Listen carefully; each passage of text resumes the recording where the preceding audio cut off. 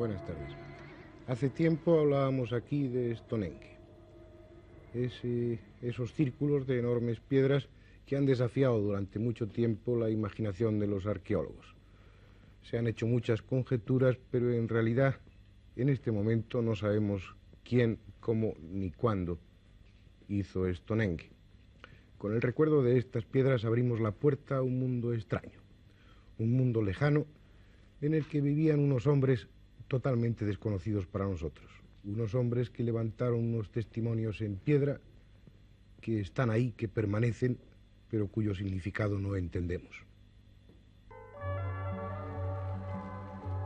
20 millas al norte de Stonehenge está Avebury. Es una zona donde surgió por vez primera la agricultura en Gran Bretaña, donde nacería siglo después la primera sociedad organizada lo suficiente como para erigir el gran monumento arquitectónico y megalítico que es Avebury. A él se llega a través de una larga hilera de enormes piedras, que se extiende a lo largo de 1 milla. Esas piedras que ustedes están viendo en pantalla. Desde el aire se ve mejor la grandiosidad de Avebury. Primero el enorme dique, luego el círculo exterior de piedras, que en su origen debió de contener 1 centenar de ellas, luego los 2 círculos menores y la pequeña aldea de Avebury que está en las inmediaciones. El gran muro que hay fuera ha hecho pensar en ocasiones que el conjunto fuese un fuerte, pero Avebury nunca sirvió de defensa, aunque estas piedras majestuosas estén llenas de una opresiva fuerza.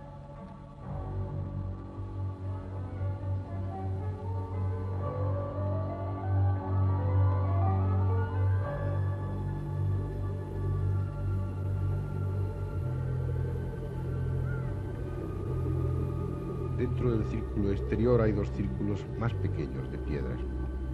Cualquiera de ellos aislado sería impresionante, pero el conjunto, lo que estamos viendo, rebasa todos los otros monumentos megalíticos que se han construido jamás. La pregunta es, ¿quién erigió estas piedras en este lugar y para qué? Tal vez un mercado. Sería demasiado trabajo para un fin tan vulgar. Hay otra explicación, la misma que surge cada vez que contemplamos unas piedras que no entendemos. Ceremonias religiosas.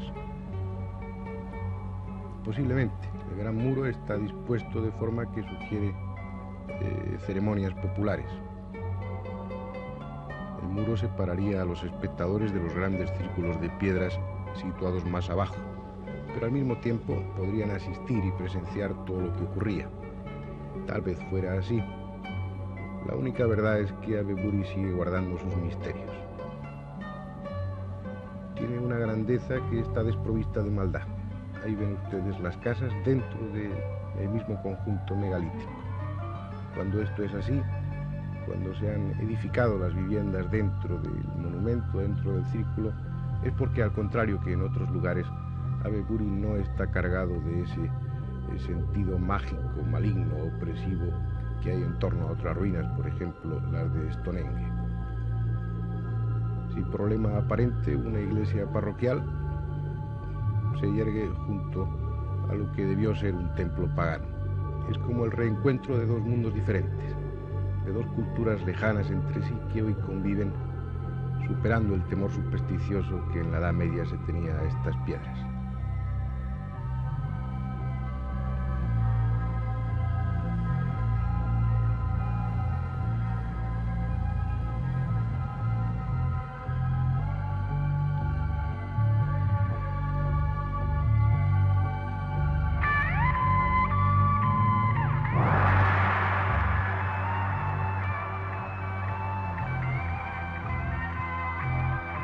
Todo el conjunto sugiere paz y armonía. Sin embargo, en la Edad Media, esa época oscura del hombre y sin embargo tan reciente, los hombres de entonces, los aldeanos supersticiosos, apoyados por una iglesia primitiva y cínica, destruyeron muchas de esas piedras, las rompieron y las arrojaron al fuego. Aún hoy es posible reconocer algunas de esas piedras entre las paredes con las que se han construido las casas.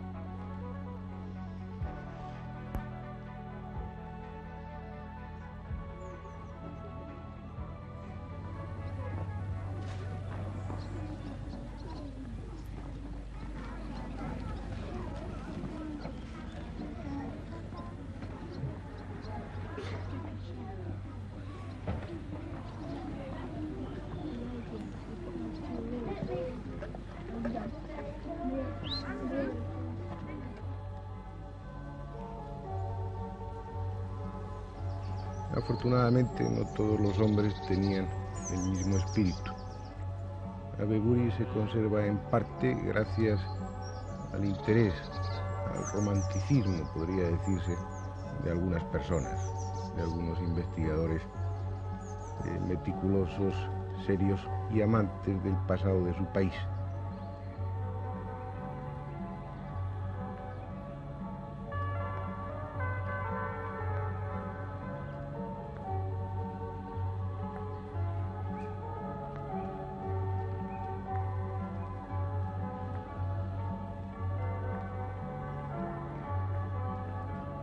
Aquí se utilizaron también piedras sarsen, igual que sucedió en Stonehenge. Muchas de ellas mezcladas ya, incorporadas al paisaje.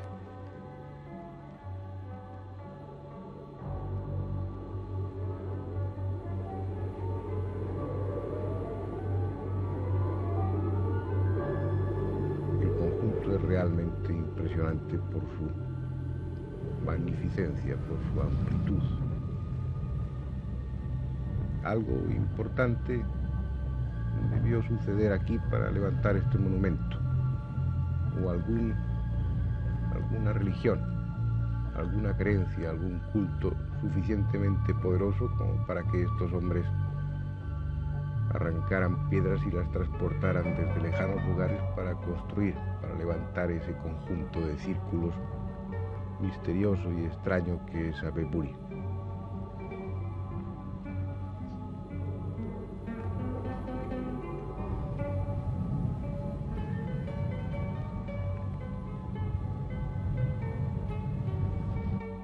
Este es uno de esos defensores de Abeburi, Alexander Keiler, que restauró a sus expensas parte del monumento. Este es un curioso vehículo que utilizaba y con el que mitad coche, mitad tanque se desplazaba por aquella zona. Con ingenio puso en pie muchas de estas piedras que estaban caídas.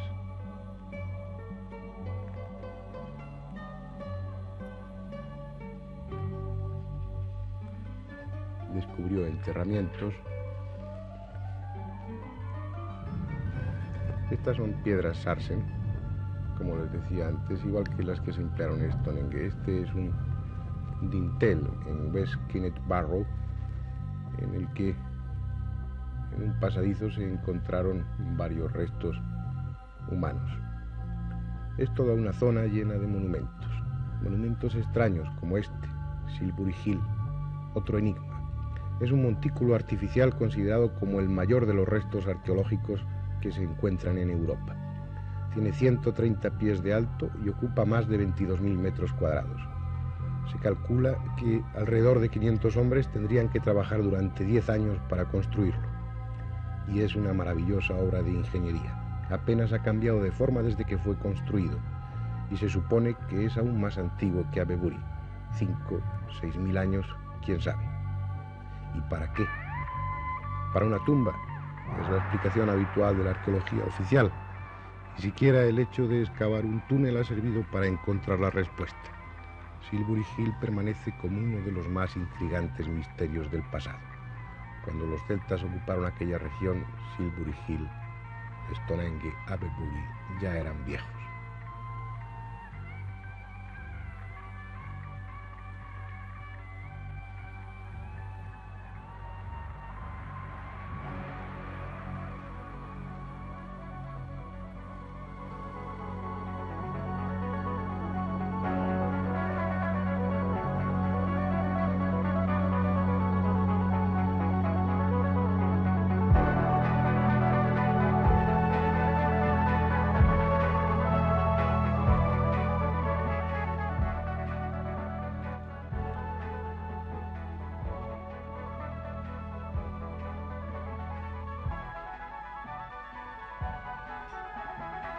Misterios que dieron origen a toda una serie de leyendas.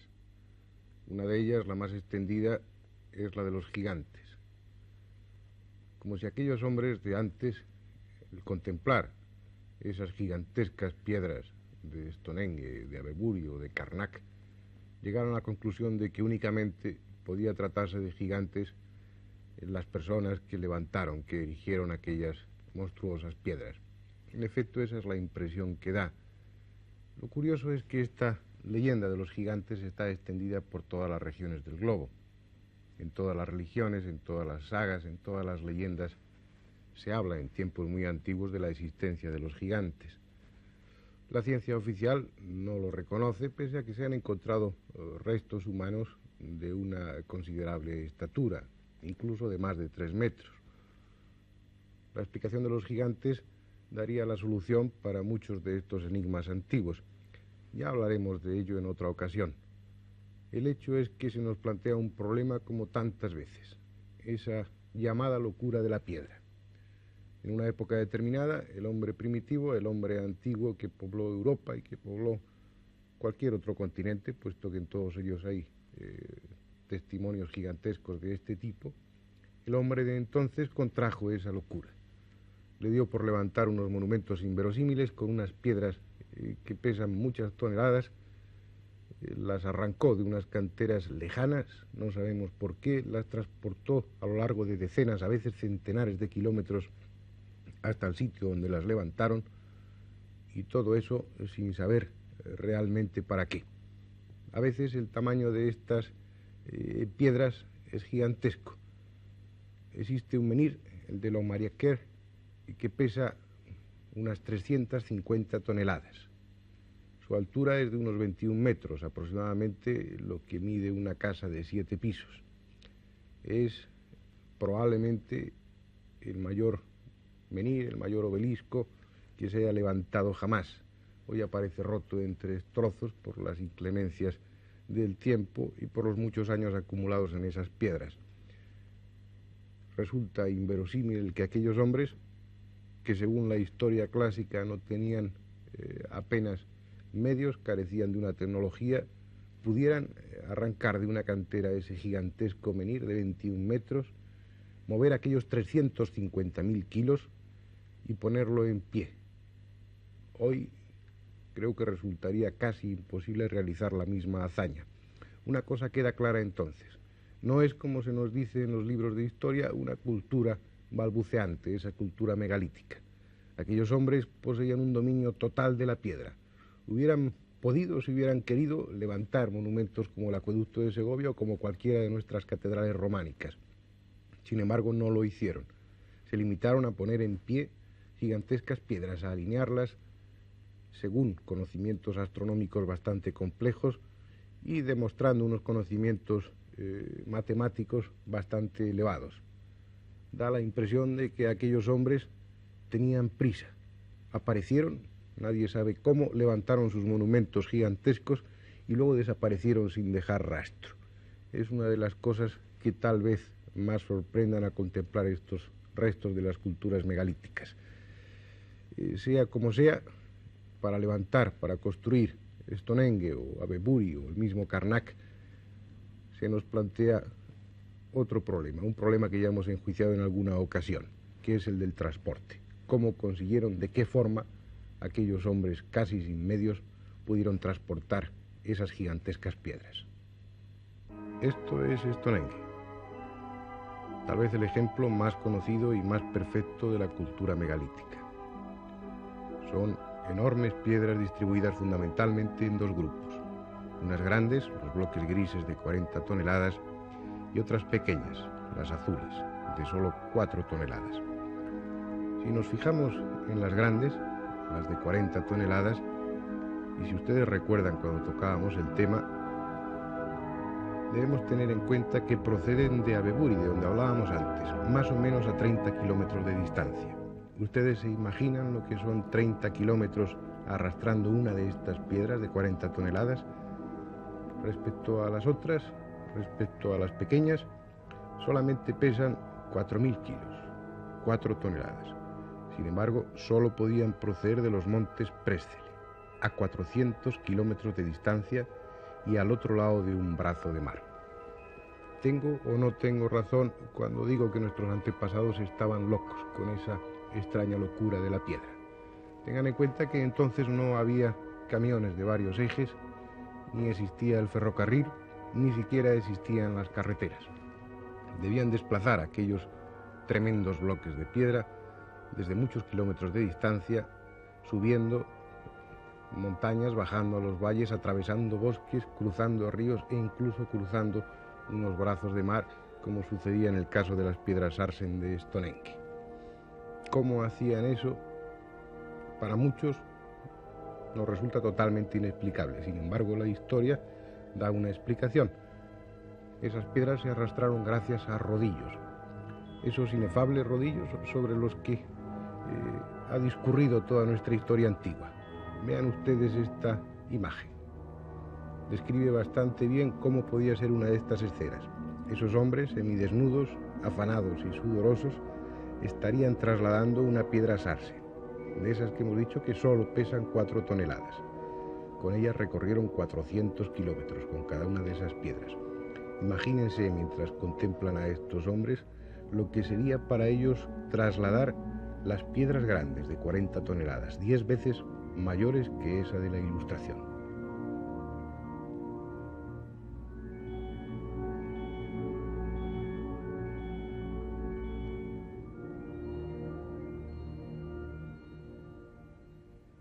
Debía haber muchos bosques para abastecer a aquellos constructores de tantos rodillos de madera.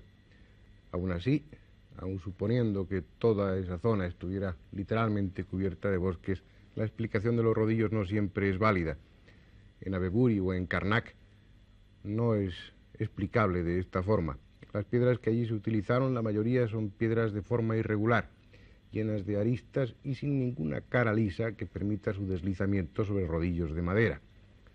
El otro problema, el gran problema, es por qué estos hombres levantaban esos monumentos gigantescos, costosísimos en cuanto a esfuerzo, a distancias a veces desmesuradas, tremendamente ilógicas de las canteras. Recuerden que en Stonehenge las piedras Sarsen venían de 400 kilómetros de distancia y las grandes de 40 toneladas de 30 kilómetros de distancia. ¿Qué razón había, qué razón podía haber para que aquellos hombres levantaran sus monumentos tan lejos de las canteras? Hay dos posibilidades. Una, que lo importante fuese el sitio, que lo importante fuera la localización, que fuese imprescindible que ese monumento estuviera situado en ese punto, en ese sitio preciso y no en otro. Otra explicación sería que para aquellos hombres antiguos el tamaño y el peso de las piedras no representara ningún problema, que de alguna forma mágica o con una técnica que desconocemos pudieran levitar las piedras, que éstas perdieran su peso y transportarlas cómodamente. Es una teoría, una hipótesis ciertamente fantástica y con la que se ha especulado a veces y que viene recogida como posibilidad en bastantes libros de esta arqueología romántica. Dejémosla a un lado, vamos a quedarnos con la otra. Esos monumentos se levantaban en un sitio preciso por alguna razón. Tenía que ser allí y no en otra parte. ¿Qué razón podía haber? Desde un punto de vista topográfico, ninguna, puesto que esos monumentos unas veces están en montículos, en una zona elevada, otras veces están en llano, otras veces incluso están en valles. Es decir, parecía que desde un punto de vista topográfico o geográfico la constitución del terreno era lo de menos. Y sitios, lugares con esas características topográficas los había también en las inmediaciones de las canteras. No había razones, pues, de tipo topográfico. Tal vez unas razones de física que desconocemos. Puede que esos monumentos se levantaran en esos sitios porque por allí pasaran determinadas corrientes de tipo energético, telúrico o magnéticas. ¿Quién sabe qué razón de este tipo? Ninguna de las exploraciones que se han hecho en este sentido, ninguna de las investigaciones ha proporcionado en esos lugares precisos condiciones de tipo magnético o de otro tipo físico especiales. Son lugares respecto a ese punto comunes con todos los lugares de alrededor. queda otra explicación, otra hipótesis, que esos lugares donde se erigieron esos monumentos fueran sagrados por alguna razón, tuvieran un gran simbolismo mágico o religioso. Para que esto sea así, ustedes recuerden los ejemplos más recientes, como Lourdes, como Fátima, como tantos santuarios del catolicismo o de la cristiandad, estos monumentos se levantan en el sitio preciso donde ha habido apariciones. Por eso ese lugar toma una característica mágica o religiosa, una característica sobrenatural. Tal vez eso fuera lo que pasó en aquella época. Tal vez esos monumentos se levantaban en ese lugar preciso porque allí sucedió algo que impresionó a esas personas de entonces, a esos hombres de hace unos miles de años. Tal vez allí hubo algún tipo de apariciones. Si dejamos correr la fantasía un poco, si hablamos de apariciones en unos lugares determinados y monumentos que se levantan para recordar aquellas apariciones, y esos monumentos tienen una forma circular, parece que la imaginación nos lleva a una comunión con todas esas antiguas leyendas americanas, africanas, europeas, de la visita de los dioses extraterrestres, de la visita de unos seres que procedentes de las estrellas en un momento determinado de nuestra historia antigua influyeron sobre los hombres de aquella época, hasta el punto de que estos hayan mantenido su recuerdo a través de la tradición, a través de la mitología o a través de la religión. Tal vez lo que sucedió en esos centros megalíticos fuera eso. Allí descendieron los dioses y entonces aquellos hombres levantaron esos monumentos circulares en recuerdo de aquella aparición, de aquella visita. Probablemente es una hipótesis aventurada, probablemente es una hipótesis fantástica, pero en cualquier caso es una hipótesis más lógica que las hipótesis que a este respecto de las culturas megalíticas maneja la historia clásica.